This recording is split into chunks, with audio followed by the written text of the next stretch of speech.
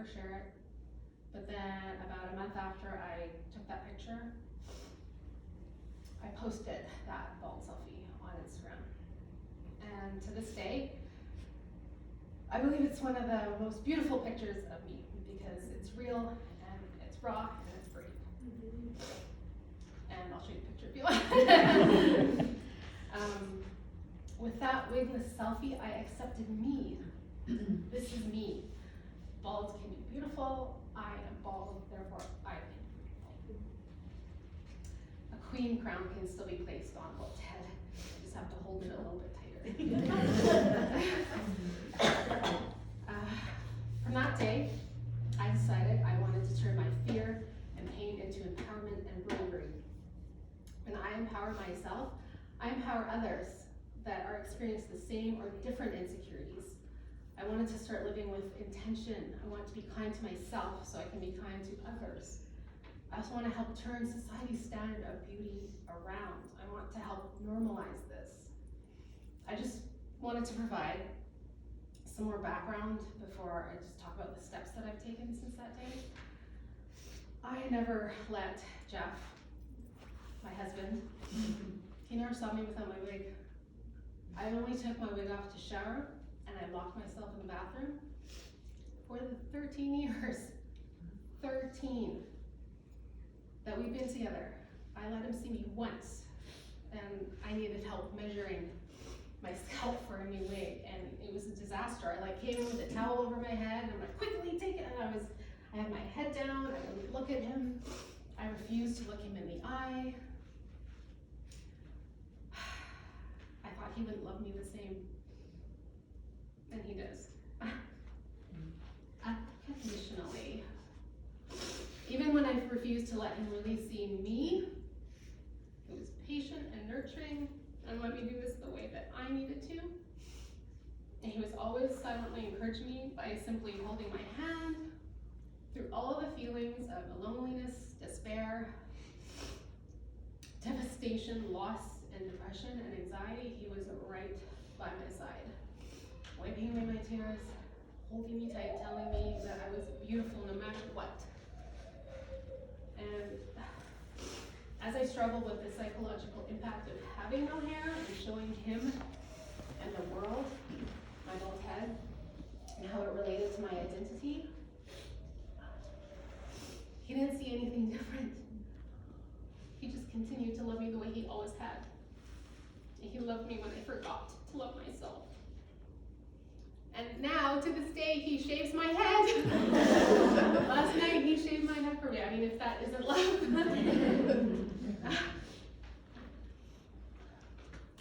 I never talked to Michaela, my daughter, about it. And that's one of my biggest regrets.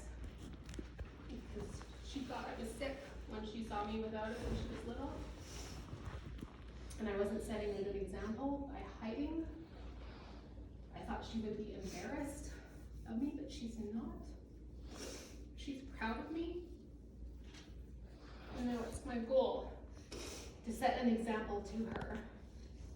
Any ounce of strength, courage, determination, or vulnerability that I show is so she has an empowered woman to look up to. Oh my God. Sorry, guys. Okay. Back to the steps I've taken. Keeping my alopecia hidden was a dark time, and I still have my dark days. I let it destroy my self-esteem, but now that I've accepted it and I embrace my uniqueness, the light is shining on what used to be a dark path.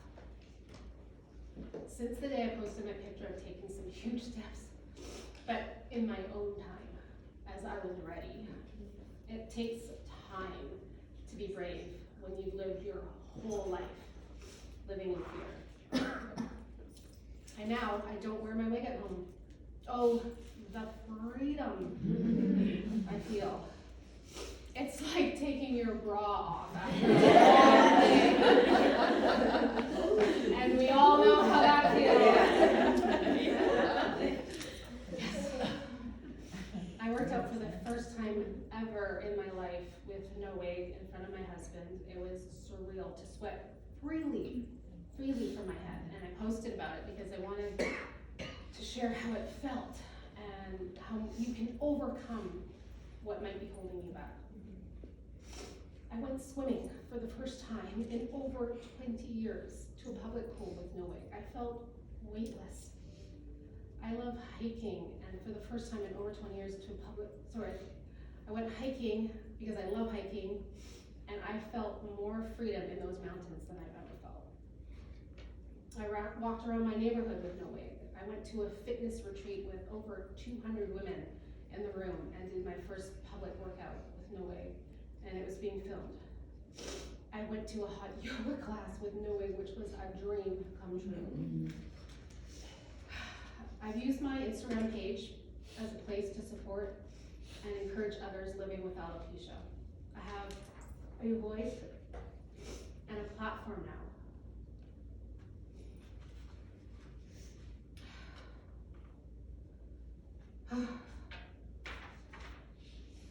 I started posting about every new step I took, and people started to reach out to me to thank me for inspiring them to be brave and step out of their comfort zones. I found that not only by sharing was I healing, but also I found purpose to help others. As a little girl growing up with alopecia, I wasn't exposed to anyone else that looked like me, that shared the same feelings and insecurities. My parents didn't talk to me about it. Nobody talked to me about my feelings. I didn't have a support network. It was incredibly isolating. Now with this platform we call Instagram, social media, I can click on #alopecia and connect with hundreds of other people who live with it. It's incredible. I can look at their pictures, hear their struggles, cheer on their triumphs, and share in their stories. I have had others that aren't ready, that have alopecia, to share their stories. They reached out to me for encouragement or advice. I've had mothers of babies and little girls with alopecia message me for advice on how to help their daughters navigate this in such a cruel world. They tell me they show my picture to their daughters to let them know they're not alone. And strong women with alopecia are trying to educate the world so it will be easier for them as they grow up. If you told me that I'd have done any of these things even just 2 years ago, I'd have said, absolutely no effing way, no way. I truly believed that I was meant to always hide it. This was supposed to go, my wig was supposed to go to the grave with me. Like, I was never supposed to talk about it. That was my story. I thought that was my story.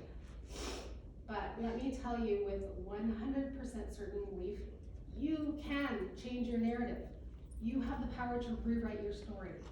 Live the life you were meant to live, not the life societal standards told you to live. Step outside your comfort zone, take risks. That's where the most growth happens. That's how you can live your life with bravery. Don't get me wrong, I'm still unsure with what I see. Honestly, sometimes I still cringe. For a couple of decades, this site was saved only for me locked in my bathroom. I rarely looked at myself in the mirror like this, but I'm healing and growing every time I do show myself without me. Thank you for allowing me a safe place to do this. Despite all the strides I've taken and the acceptance I've had and the support I've received, I still have days that I struggle. All it takes is a rude or insensitive comment to send me into a hole. On my fitness Instagram page, I had someone message me that I shouldn't post pictures with my bald head on a fitness page because I look sick and it makes them feel uncomfortable. Yeah, that happens. I also get sad when people avoid talking to me about it altogether.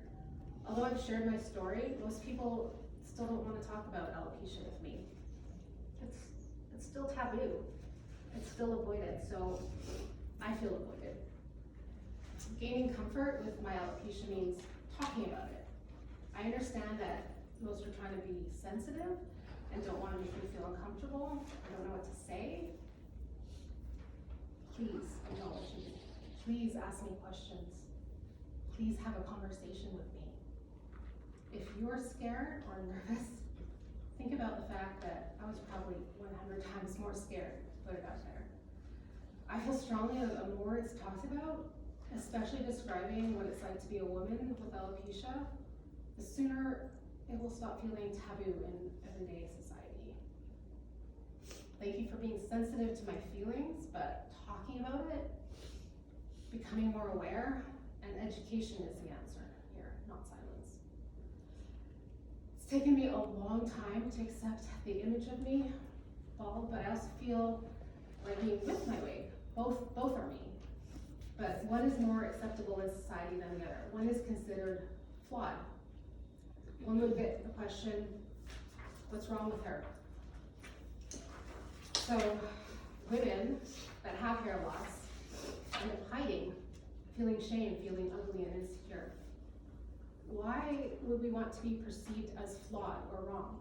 Why would I accepted myself bald when society told me not to? My friends and family know, love, and appreciate both of me, but society's, it's not as kind. Society's cruel. Society's standard of beauty has got to change. I'm sorry, but screw society. Let's stop letting the media tell us what's beautiful and define it ourselves. So as I move forward as a woman living with alopecia, the main thing I've taken from this journey so far, and what I'm using going forward, is to stop living on autopilot. Start living on purpose and intention. Intention is conscious patterns of thoughts, then energy, and then action. Through intention, I started living my life with more clarity and authenticity. The only limits that I ever had were the ones I put on myself because of hair. I missed out on so much living because I told myself I couldn't. Once you become fearless, life becomes limitless. When I finally asked myself, does hiding and not showing the real me support the life that I'm trying to create? The answer was always no. And fear is what stood in my way of creating that life. I saw alopecia as a weakness, and now I'm using it as an opportunity to grow stronger.